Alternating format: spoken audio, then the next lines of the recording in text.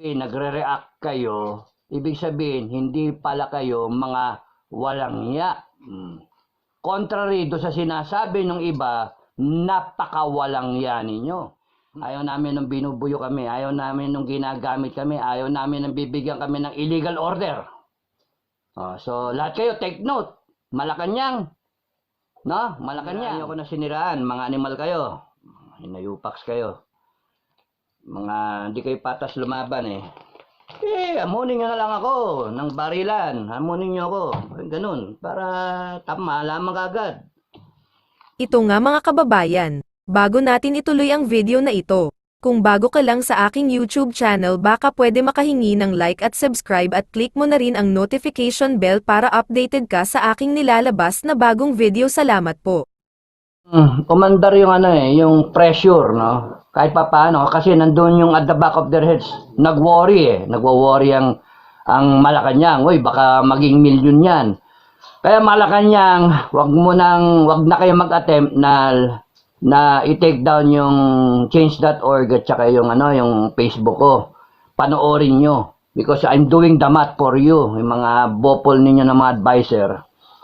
At this rate, yung 200 na yan, it will take the end of your term na 2028, you will finish your term pagka ganyang rate na 200 a day. Kahit nga 1,000 a day. 1,000 a day, imagine magkano lang yun, di ba? 1,000,000 lang yun at the end of 2028. No can do, cannot be, di ba? People's will of the people, sovereign will. Majority wins in a democracy. Di ba? Ganon kasimple. Huwag kayo magpanik. Mga bopol, huwag kayo magpapanik. Take down nyo yung account nila Sas tsaka ni Maharlika tsaka tong kay General Macanas kakasuhan ninyo. Panic time kayo Panic time. Mali yon. Napakita nyo natakot kayo. Walang yan. Okay. So, para kayo walang training Walang training. Takot kayo, bayad ka agad kay Introl. Tapos doon, pinadala nyo, pinagsisiraan ako. Mga gago. Siraulo. Okay, so, mag-worry kayo pagka nadagdagan. Kaya ako nagsasabi sa inyo, no? Malacanang. Sabi ko sa inyo. At lahat ng supporter, na mga loyalist na supporter. Ano sabi ni PJ? Hindi pa tapos ang laban. Hindi pa tapos ang laban. Kaya nga sabi ko, 6 na buwan Ano yung sabi ko kanina? 5 months and 11 days. Yung maximize, yung time na yon para umabot kayo mid-year. O di nakahabot ka ng 6 na buwan. O di nakasakto ka 2 taon. Tapos ang next hurdle mo is another 6 months. Umabot ka hanggang December. Umabot ka hanggang next year ulit. So maka 3 taon. And so on and so forth. Ang tao, pagka nakikita na may pinagbabago, ibig sabihin, nagre-react kayo, ibig sabihin, hindi pala kayo mga walang hiya. Contrary do sa sinasabi ng iba, napaka-walang hiya ninyo. Ano tingin nyo? I'm playing with your mind? No. I'm just stating. Yung apples, no? Apples and apples, no? I'm just stating in a very intelligent way how you should do things, no? Bias na nga ako para sa inyo, no? Sayang yung boto ko kasi. Animal kayo. Sayang yung boto ko. Okay. So, nasaan ako? Greetings muna. Maraming salamat sa mga nanonood. Maraming salamat sa naghihintay. Pasensya na po sa inyong lahat kung hindi ako kagad nakaka-vlog. Marami naman vlogger no? Maraming vlogger. So, iniisip ko hayaan mo silang kumita ng kumita, di ba? Tapos nun ayokong magamit ayokong madala Ayokong madala sa silakbo ng damdamin. Tapos nun, biglang, revolusyon! Revolusyon! Maya-maya, nakarehas ka na. Ba't ako nandito? Sabi nila, kasama sila. Tapos, revolusyon! Biglang, wala lang kasama. Ikaw lang nag-iisa. Pilipino talaga, oh. Ang lakas mang ano eh, ano tawag dito, mang ano ng Pilipino, mag-udyok, di ba? Silakbo ng damdamin, ang lakas-lakas. Stoy, ngay, come here. Malikot yung mga aso. So, hinay-hinay lang. Just enjoy the crisis. The Philippines now is probably undergoing one of those things that you can call transition, transition or a prelude to change, whether or not the change is brought about by the duly constituted authority, which is BBM administration now, UNITEAM, or yung biglang magkaroon ng panibagong administration, question mark, di natin alam kung ano mangyari, or the people mismo gets fed up with all what is happening, and then sila mismo, taong bayan mismo, ang mag-e-effect ng change. At nanonood lang yung armed forces. Nanonood yung armed forces. Pambira to mga taon to. Make up your mind. Ano ba? Ganun ang armed forces natin. Tsaka ang PNP natin.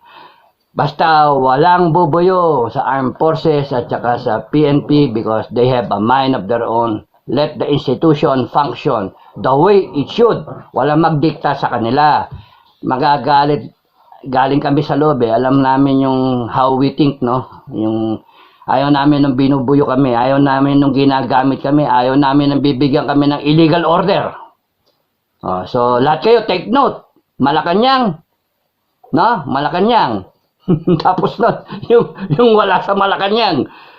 Yung mga retired, no? Mga generals, etc. Hayaan nyo lang yung armed forces, no pressure. Because it has enough problems. Right now, it has to prepare for war. Putragis yung problema ng armed forces. It has to prepare for a China aggression na potential world war. And ewan natin kung saan tayo pupulutin. And we're not yet ready for that matter. So, nakakadagdag ang Pilipino. Huwag nyo nang kantingin ang ating PNP at yung armed forces. Bayaan nyo sila. Okay. Mamaya magkwento ko kung may time, magkwento ko. So, mamaya meron akong interview kay DIY, kay DIY KKB, no? KKB na TV, no? Tapos noon, pinaunlakan ko dahil sa gusto kong suportahan natin siya, no? Gusto kong suportahan natin siya. Tignan niyo yung channel niya. Tapos nun, I am authorizing him na kunin yung aking mga content, lahat ng videos, and then explain pa niya. No? Magkakausap naman kami. So that kung sino man yung subscriber dito, subscribe na rin kayo sa kanya. No? Support nyo rin. At tingin ko dito, tunay na Pilipino eh.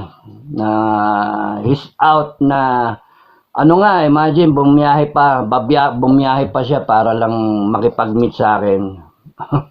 Kaya nga, that's why I stayed up para I will really meet him sa stasyon. Okay.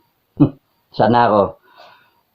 Please like, share, subscribe, no? Maraming salamat sa ating mga bagong subscriber, yung mga dating subscriber. Thank you sa pagpanood ninyo. Unti-unting pinapanood yung mga past vlogs, no? May 1 year na, no? If you really want to know me, just start with Pinoy Survivor Video 1. And then, sunod-sundan nyo na. Huwag nyo namang one time, big time. Magmumukto yung mata nyo. Mapupuyot kayo. Kayo. May, isa lang kada. Kaya nga, kung di nyo man ako makita mag-upload, Ay, meron kayong mapapanood. Ganun iniisip ko, na cool ako eh. Kasi masyado tayong taken for a ride. Naro-roller coaster tayo. Kaya, relax. Ang tingin ko pa rin, nasa self-destruct mode ang gobyerno. ng gobyerno eh. Nasa self-destruct mode eh, hanggang dapat yun ako na akong consultant, di ba? Pero hindi, ayoko mag-consultant pag ganyan. Mahirap yung ganyang klase na gobyerno. Okay. Baninira eh. Kung ako hindi nyo siniraan, tatanggapin ko pa maging consultant ninyo. Pero siniraan nyo ako na siniraan, mga animal kayo. Hinayupax kayo. Mga hindi kayo patas lumaban eh. Amunin nyo na lang ako ng barilan. Amunin nyo ako. Ganun. Para malaman kagad. Hindi yung ganyan, patraidor kayo tumire. Kung nagustuhan mo ang ganitong video, huwag kalimutan ang magkomento kung ano ang saloobin mo. Salamat po.